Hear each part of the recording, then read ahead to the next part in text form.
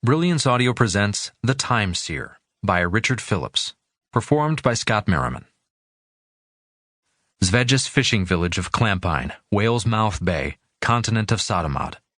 Year of record, YOR, 415, midsummer. Carol stepped out of the longboat and climbed the ladder onto the pier as twilight claimed the evening. As she gazed at the detritus mounted along the lengthy pier, she paused. This doesn't feel right.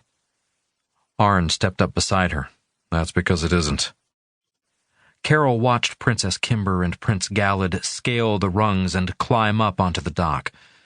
Although Kim stood 6 feet tall, her fully Andarian brother towered over her, his straight black hair swirling around his shoulders in the chill breeze. But it was the look of horror on Kim's face that sent a chill through Carol's body. The place reeked with the lingering remnants of foul magic, of a sort that Carol had never encountered. She couldn't shake a vague, haunting feeling.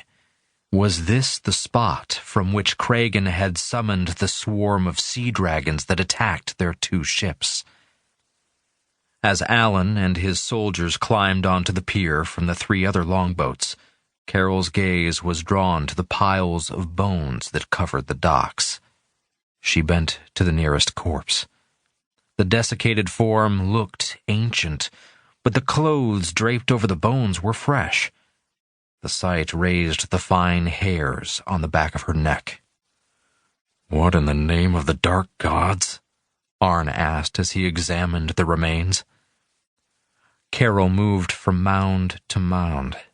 There were hundreds of bodies, all similar in that the clothing looked to be in crisp condition, while the carcasses wrapped within appeared to have withered for years. The tallest of these people would have measured barely 4 feet. She knelt beside one adult skeleton, and 2 tiny ones gathered into the woman's arms, their fingers intertwined. The images that the scene pulled into her mind spread a tightness from her throat into her chest. A ragged gasp swung Carol's gaze to Kim. The bewilderment on her half-sister's face mirrored the ache in Carol's soul. "Kragan's work," Arn said, his right hand gripping Slaken's haft so tightly that the sinews stood out on his forearm. "I've never seen this form of necrotic magic," Kim said. "It is an abomination. Nobody can channel that much life energy and survive, not even Kragan." A new dread built within Carol. Her eyes met Arn's, and she knew that he had come to the same conclusion. "Unless," she said, "he's already retrieved a fragment of Landrel's trident." It was after midnight when Arn and the rest of the company assembled around a wide and deep trench. Alan and his forsworn had dug the massive hole using shovels they'd retrieved from various locations in the dead village of small buildings.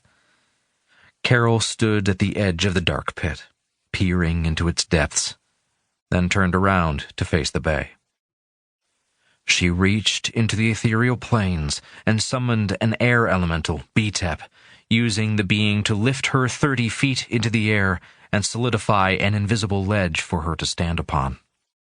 Shifting her focus, she called forth godlike from the plane of fire, using the minor being to create dozens of light globes that illuminated the piers atop which the remains of hundreds of villagers lay scattered. Only a day ago, these had been fishermen, their wives and children, who gave this isolated village its life. Now, lit by the soft light of arcane orbs, her view of the colorful clothing that draped the piles of bones brought dampness to her eyes and tightened her throat. As if her mood had beckoned the cold, a frosty gust from the bay whipped stinging droplets into her face, such that she couldn't tell whether water or tears leaked down her cheeks. Carol gave the air elemental a series of new tasks, gently gathering the piles of remains and carrying them on the wind to settle into the pit.